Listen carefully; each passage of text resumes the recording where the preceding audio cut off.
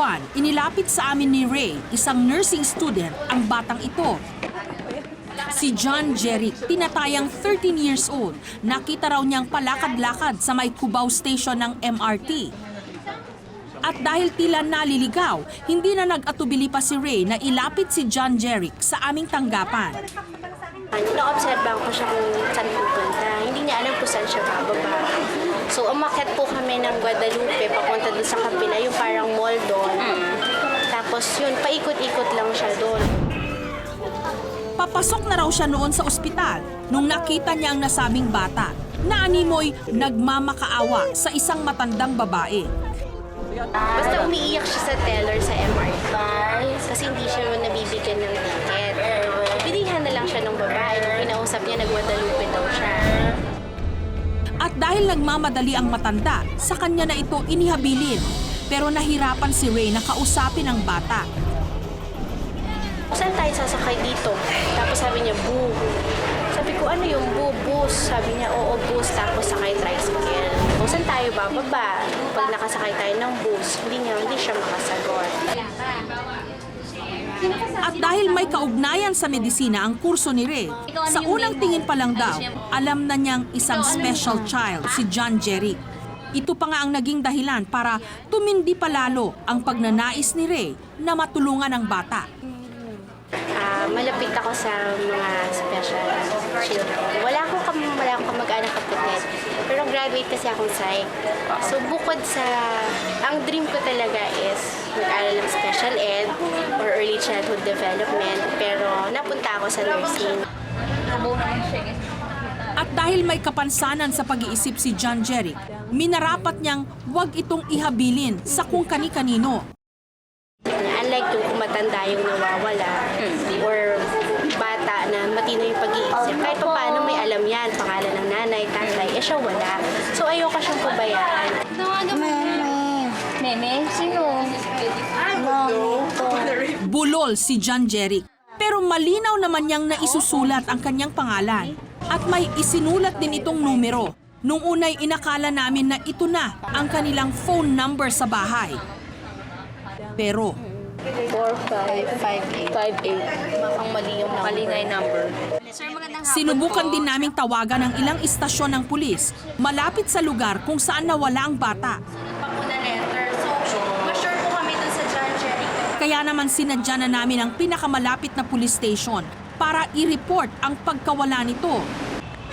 Nung araw ding yon, inihatid namin sa RAC o sa Reception and Action Center sa Kamuning si John Jeric. Dito namin siya pansamantalang inihabilin. Jan! Ganali ka na! Ilang araw lang ang nagdaan, isang ina ang sumangguni sa amin. Nawawala raw ang kanyang anak. Laking gulat na lang namin nung napansin naming kamukha ng larawan ng kanyang anak, ang batang dinulog sa amin ni Ray. At kinumpirma ni Zirian, John Jeric nga ang pangalan ng kanyang nawawalang anak. Hindi rin ako mapakali. Although, syempre may mga anak din ako na dapat pero hindi pa rin, hindi ako matahimik. Mahirap. Gusto ko siya makita. Ngayong wala sa poder niya ang bata, doble ang kanyang pangamba. At maski may kapansanan ng anak, hindi naman niya ito itinuring na iba. Pinakausap ko siya as normal na kahit malayo ako, hindi kami magkasama. Andito lang ako palagi. Basta, huwag ka na nga alis, ganun. Sabi ko sa kanya, kung gusto mo magpatid kay mami, sabihin mo lang, basta huwag ka nga. Ayon kay Zirian, malimit mawala ang kanyang anak. Sa katunayan, lumabas daw ito ng bahay nung nagkatrahedya sa Ultra nung Pebrero. Natakot ako syempre kasi mamaya kasama siya doon. Pero hindi naman ako nawala ng pag-asa kasi nananalig ako kay Lord.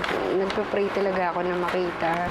Nitong huli, nakapuslit daw uli si John Jeric mula sa pagbabantay ng kanyang biyenan, madaling araw ng March 7. Nagtutulog-tulugan daw ito at kumuha ng tiyempo bago tuluyang bumangon at lumabas ng bahay. Bali, sa lola siya nagstay. Itinext lang sa akin, 1:30 in the morning.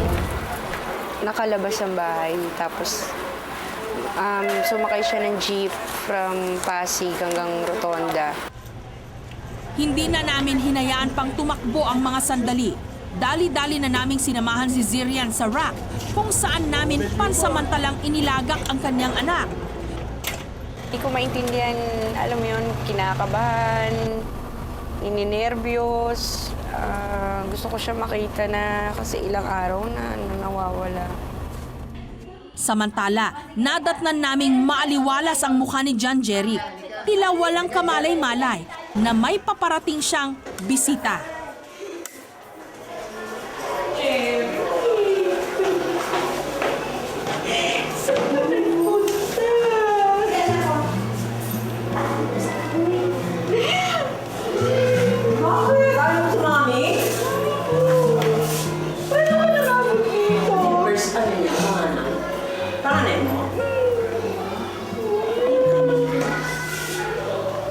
Ba't ka umalis? Sabi ko sa'yo, huwag ka aalis eh. Alin na uwi tayo din. Doon ka na sa bahay? Si Daddy, wala pa si Daddy mo. Halika na, tara sa bahay. Pero hindi na maipinta ang mukha niya nung nakita ang kanyang ina. Nag-alboroto si John Jeric, kaya't minarapat na naming kontakin ang kanyang ama na nasa Dubai. Baka kasi sakaling huminto sa kakaatungal ang bata.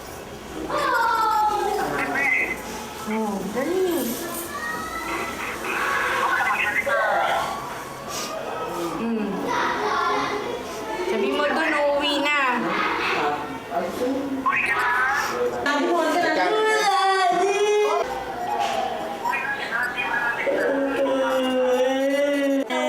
Pero si John Jeric, wala pa ring tigil sa kaiiyak.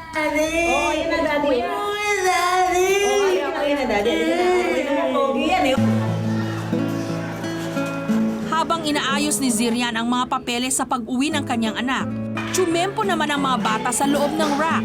Inaliw nila si John Jeric sa pag-asang titigil na ito sa kanyang pagmamarakulyo. Subalit, Wala ba duyan doon? Duyan. Wheelchair. Baka masira. pero hindi ito ininda ng kanyang ina. Ang mahalaga, heto, magkasama muli sila. Yan, ako ang ganda lalaki niyan. Sige, ate ako. Sige. Mas madalas ang kaso ng pagkawala ng mga batang may kapansanan sa pag-iisip. Ayon kay Evelyn Lontok, OIC ng LC Gatches, nangangahulugan lamang ito ng ibayong pagtutok na nararapat gawin ng mga magulang sa mga anak na may espesyal na pangangailangan. Karamihan sa kanila wala silang concept on how to protect themselves. Hindi katulad ng mga normal children na alam nila yung mapapahamak sila. Pero itong mga special children, most of them do not know that the concept of mapapahamak ko, mahuhulog ako, mawawala ako. Para sa mga magulang na nasa ganitong sitwasyon, makinig mabuti sa mga payo ni Evelyn. Una, palagiang lagyan ng ID o name tag ang mga bata para madali silang matuntun kung sakaling sila'y mawala. Hanggat maari, huwag nang isama ang mga bata sa mga mataong lugar katulad ng palengke, mall at malalaking mga establishmento. Mas mainam din daw kung gagawing pamilyar sa mga bata ang mga tao o lugar na posible nilang puntahan kung sakaling sila'y mawala. At higit sa lahat, doblehin ang pagbabantay at pag-aalaga sa kanila.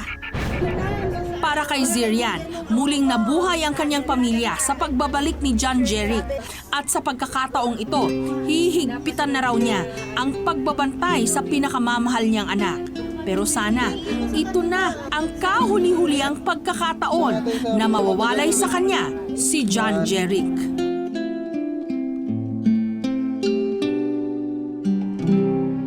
Hello po! Kamusta ho kayo? Alam niyo ho, bago po kami nagtampok ng mga reunion stories sa KMJS, nauna na po dyan yung aming programang Sana'y Muling Makapiling at Reunions sa ganyang mga kwento. At ngayon, ang good news po, mapapanood nyo na ang full episodes ng mga ito.